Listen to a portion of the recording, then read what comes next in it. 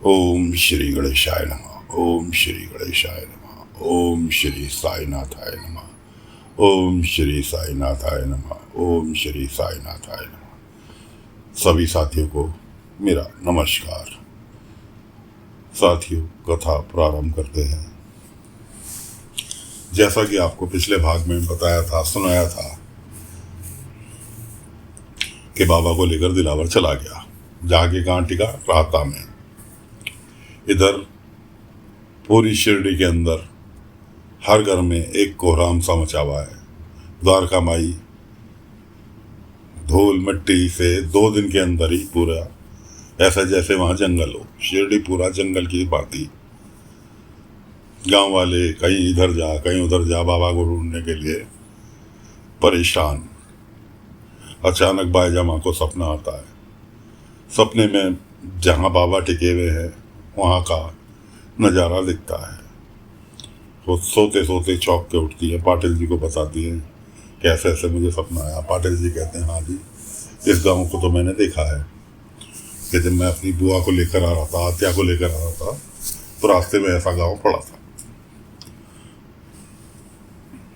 एक से दूसरे को, दूसरे से तीसरे को, इस तरह से बात फैली।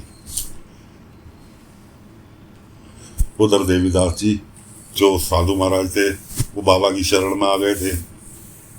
वो आए कि भाई कोई जाए नहीं जाए, मैं साईं को ढूंढने जाऊंगा और साईं को लेकर आऊंगा। कोई बात नहीं, एक से दूसरे को, दूसरे से तीसरे को, पूरा गांव इकट्ठा हो गया बाबा को ढूंढने के लिए। साथ में वो सुरभा भी होली जो कुलकर्णी की नौकरी करती थी।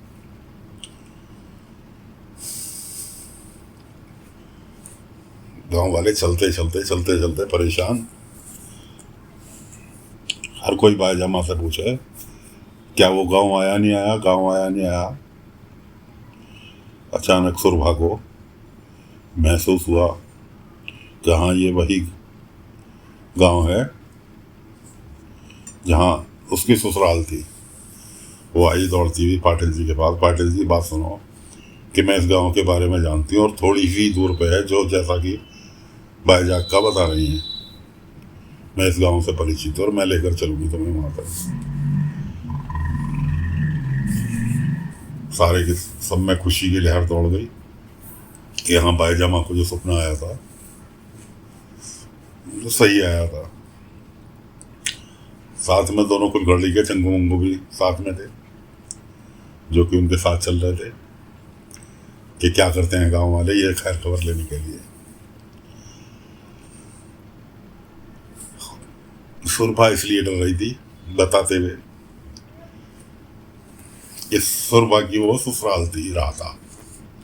उसके पति ने उसे वहां घर से निकाल दिया था और दूसरी शादी कर ली थी। क्यों कर ली थी? कि उसके बेटा नहीं हुआ था, बेटी हुई थी, इसलिए उसे घर से निकाल दिया था और खुद ने दूसरी शादी कर ली। सुरभा ने हिम्मत करके कि साईं के बहुत एहसान है, साईं ने बहुत मदद की है मेरी, इसलिए कि कुछ भी हो जाए मैं बताऊंगी सब गाँव वालों को। पहुंच गए जी राहता सारे गांव वाले। हाँ, किसी गांव वाले से पूछा कि यहाँ साईं कहाँ रहता है। अब गांव वाले साईं को कहाँ जाने, कि साईं नाम का तो कोई शख्स नहीं रहता यहाँ, कि रहता नहीं है, कि अभी 2-4 दिन ही हुए हैं आए हुए। लगा हुलिया बताओ, हुलिया बताया। कहने लगा हाँ, वो दूसरे खेत में कुछ चल रहा है कार्यक्रम, तो वहाँ वहाँ पर हैं सारे के सारे। वैसे रहता यही सामने मचान में है, अपने गुरु के साथ, अपने उस्ताद के साथ। कोई बात नहीं, सारे गांव वाले वहां पहुंच गए। वहां देखा खड़े हुए बाबा को, पब्लिक गोल घेरा बनाए हुए खड़े थे।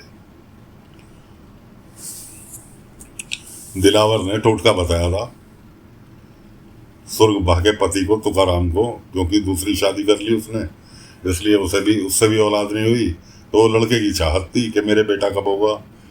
तो उसने तुकाराम को, सुरभा का जो पति था तुकाराम, धनी व्यक्ति गांव का, उसे टोटका बताया था कि अंगारे बिछा, तालाब है पास में, उसमें नहा और अंगारों के ऊपर 10 चक्कर लगा। तो उनने अंगारे बिछा रखे थे और उस पर चलने की तैयारी में था। तैयारी में क्या था, चल रहा था उस पे, अंगारों पे, पैर लहलुहान आग से जल के, लेकिन मरते गिरते वो चल रहा था। इतने में सारे गांव वाले पहुंच गए वहां। बाबा को देख के बच्चों ने बड़ों ने साईं साईं कह के रट लगा ली। बाबा उनसे मिलने भी आए, मिले भी। इतने में वहीं पर दिलावर बैठा था, वहीं सारे गांव वाले खड़े थे। इतने में तुकाराम के कपड़ों में आग लग गई, अंगारों पे चलते चलते। सुरभा की बेटी थी साथ में, सुरभा थी गांव वालों के। बेटी ने दौड़ के कंबल से उसकी आग बुझाई और तुकाराम के मुंह से निकला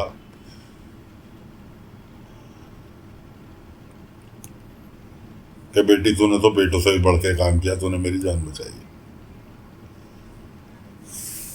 इतने में बाबा बोले, ये तुम्हारी ही बेटी है और तुमने मान लिया ना कि बेटे से बढ़ के है। वाह, दिलावर ने तो तुरंत बात पकड़ ली। देखा, मेरा टोटका कामयाब हुआ नहीं हुआ?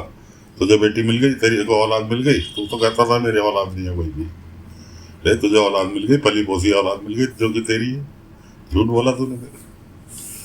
खैर बाबा को तो पता था कि पायजामा ने खाना नहीं खाया, भूखी है। बाबा ने अपनी थैली में से कुछ निकाला, खाने का सामान, पायजामा से कहा, पायजामा मुझे पता है तुम भूखी हो, इसलिए लो खा लो, और लेकिन मैं किसी की शागिर्दी में हूँ, इसलिए मैं तुम्हारे साथ नहीं रुक सकता। इतने में दिलावर ने आवाज़ लगाई, ए भागीर, कुछ नहीं खिलाएगा तू किसी को भी, चल सीधा इधर मेरे लिए खाने का इंतजाम कर। खैर जी, पैसा पैसी होती रही। इतने में निश्चय ये निकला, दिलावर ने निष्कर्ष ये निकाला कि जो कोई मुझे हरा देगा कि मेरे से बड़ा अकलमंद साबित हो जाएगा कि अपने शिरडी गांव से किसी एक ऐसे व्यक्ति को लिया जो मुझसे बड़ा अकलमंद हो, तब तुम साईं को अपने साथ ले जा सकते हो, वरना साईं तो मेरा शागिर्द है, मैं नहीं छोड़ रहा निगाह से।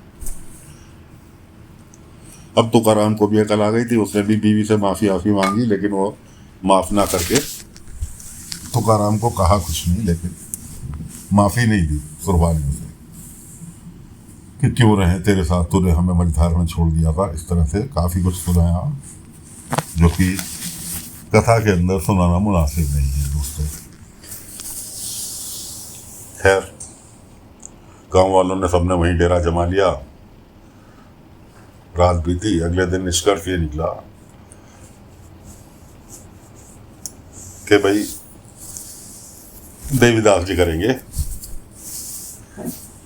शास्त्रार्थ दिलावर से, धर्म के नाम पे बहसा बहसी होगी, वो देवीदास जी करेंगे। देवीदास जी ने बाबा की तरफ देखा, बाबा ने इशारा किया कि कर लो। इतने में कुलकर्णी के आदमी बोलने लगे, फैसला कौन करेगा कि कौन सही है कौन गलत है? दोनों अपने आप को सही बताएंगे। तुकाराम की समझ में आया, उसने कहा हाँ पढ़ के अंग्रेजी रियासत के दीवान आ रखे हैं, सरकारी और बहुत काबिल आदमी है, धर्म कर्म वाले हैं, वो करेंगे फैसला। हर कोई राजी हो गया, उन्होंने बुला लिया। तय ये हुआ कि सवाल वो करेंगे, दीवान साहब करेंगे, और जवाब ये दोनों देंगे, देवीदास और दिलावर। नौबती आई, दोनों जने जवाब देते रहे, वो सवाल करते रहे, दोनों जवाब देते रहे। एंड आया कथा का कि एक सवाल ऐसा आखिरी आके अटका कि दिलावर को अपना बचपन याद आ गया, पर दिलावर ने जो था फूट फूट के रोना चालू कर दिया। दिलावर ने फूट फूट के रोना चालू कर दिया। बाबा ने आके उसके कंधे पर हाथ रखा, और कंधे पर हाथ क्या रखा, बाबा ने तो उसे सुधारना था, पर आखिरी बार उसके कंधे पर हाथ रखा कि अब ये सुधर जाएगा, क्योंकि बाबा भी उसे सुधारने के इरादे से ही वो उसे तो अपने शरीर में बिजली सी कौनती महसूस हुई। दिलावर को तुरंत उठ के खड़ा हुआ कि साईं क्या कर दिया मेरे शरीर में, मैं तो अपने आप को आजाद पा रहा हूँ जिन मुश्किलों में घिरा हुआ था। और वो तो बाबा के पैरों में बैठ गया कि साईं मुझे माफ कर दो। बाबा ने उठाया, उसे गले से लगाया। सारे घर वालों में खुशी की लहर दौड़ गई। दीवान जी जो फैसला करने के लिए बैठे थे वो उठे, कहने लगे भाई अब मेरी यहाँ जरूरत नहीं है, अब सब कुछ व्यवस्थित हो गया है। और वो अपने निकल लिए। अब राहता से शिरडी की दूरी कम से कम 30 किलोमीटर मान के चलिए आप। वहाँ से सारे गांव वाले, दिलावर, मालसापति, पाटिल जी सब गाते बजाते वापस शिरडी में खूब जश्न सा मनाते हुए आए। उधर ये लोग तो द्वारका माई में पहुँचे। साफ सफाई चालू हुई दोबारा द्वारका माई को पहले की तरह बेहतर बनाने की। उधर दिलावर परमानेंट भक्त बन गया बाबा का। उधर खबर पहुंची, कुलकर्णी के आदमियों ने खबर दी कि जी ऐसे ऐसे वो जो दिलावर पर आप घमंड कर रहे थे वो तो साईं का भक्त बन के गाना गाता हुआ आ रहा है, रहम करो साईं, रहम नजर साईं, इस तरह से गाना गाता हुआ आ रहा है। वहाँ रत्नाकर राव भी थे। कुलकर्णी चढ़ बैठा रत्नाकर पे कि तू तो कह रहा था कि तेरा दिलावर सब कुछ कर लेगा, कि तूने मुझे घड़ी दी थी ना समय के हिसाब से चलने के लिए, इस घड़ी की जरूरत तुझे है। रत्नाकर राव ने एक घड़ी भेंट की थी कुलकर्णी को। पहले कौन घड़ी रखता था? अंग्रेज लोग ही रखते थे या कोई ज़्यादा ही संपन्न आदमी वो घड़ी रखता था। और वो भी चेन में जेब में रखने वाली, हाथ में वाली तो घड़ी कोई बांधता ही नहीं था उस जमाने में। कुलकर्णी ने उसके हाथ में घड़ी थमाई, 4 खरी खोटी बातें सुनाई कि अब मैं देखता हूँ अपने हिसाब से, तो तुम नज़र मत आइयो मुझे भी कुछ दिन के लिए, जब तक मेरा गुस्सा शांत नहीं हो। इतने में सुरभा आई। उनने सुरभा को आड़े हाथों ले लिया। शक्ल मत दिखाइयो, तू अपने आदमी की बेइज्जती करके आ रही है। तेरा आदमी अच्छा भला तुझे रख रहा था, तो इन आदमियों का सम्मान करना नहीं चाहती। मेरे वाले में कदम मत रखियो। इधर सब पूरा गांव खुशी मना रहा था, उधर कुलकर्णी भटका हुआ था पूरी तरह से। तो दोस्तों बाबा वापस शिरडी में आ गए। आगे क्या कार्यक्रम चलता है देखते हैं। फिलहाल कथा को यही विराम देते हैं। ओम साई राम, ओम साई राम।